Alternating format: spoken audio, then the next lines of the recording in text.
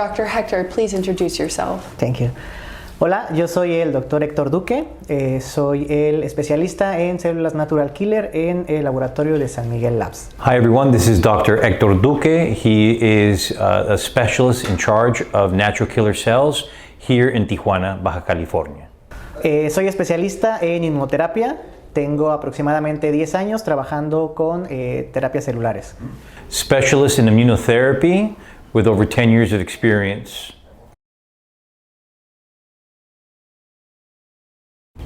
Can we go more into depth about why the body will not reject the natural killer cells? Que si podemos entrar un poquito más en detalle sobre por qué el cuerpo no va a rechazar las natural killer cells, tomando en cuenta que existen más señales como MHC1 y I2. El rechazo de las células natural killer se daría por el sistema inmune del individuo. So if there was to be a rejection in the body of natural killer cells, it would come from the immune system. De esta manera, las células natural killer modulan la expresión de sus moléculas para evitar ser identificadas por el sistema inmune del receptor o del paciente. And so natural killer cells have a ability to work with the immune system and not upset it, right? We're still dealing with MHC1, the signal, the molecule that's necessary that the NK cell carries, but it's really at a low level to not upset the immune system. When we're talking immune system to natural killer cell, the natural killer cell actually has a very low amount of MHC1 that does not upset the immune system, making it think that it's foreign. Okay? It's that same function though that the natural killer cell has with the signaling of MHC1 that makes it then go after the weaker cells below it, the cells that we've talked about that can cause tumors or cancer, right? So it's kind of like a hierarchy is what the doctor's telling me, where you have your immune system at the very top, then you have your natural killer cells here, and then you have your bad tumor or your bad cells below that, right? So it kind of lives under there, yeah. Okay, so I just want to clarify, patients don't need to worry about having a matched blood type as their donor and there's no chance of rejection because of that.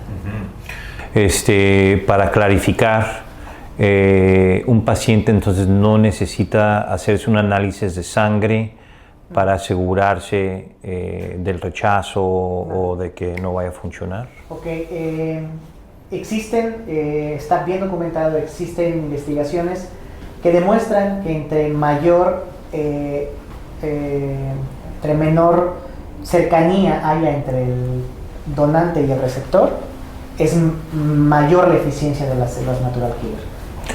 And so yeah, there are studies that show us that the closer that the donor is to the recipient, the more efficiency there could be at the molecular level. However, entonces, de esta manera, no es necesario hacer un análisis que nos indique si hay compatibilidad entre el donante y el receptor, porque es lo que estamos buscando en realidad.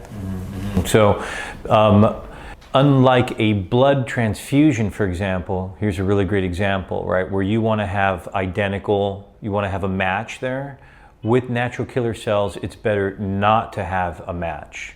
So, for example, an example that Dr. Duque gave me is that if your brother, for example, was the donor, you could be so similar that your immune system could put those to sleep.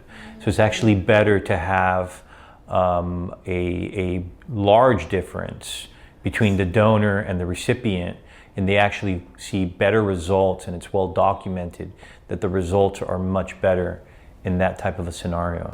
Wow, that's actually very interesting. You know, I would have thought it was the other way around, but now that you explain it this way, it actually makes so much sense, because the differences are teaching your NK cells how to react differently and be better for your body, a different way of Absolutely, potentially, yeah, absolutely, absolutely. That's amazing. Okay.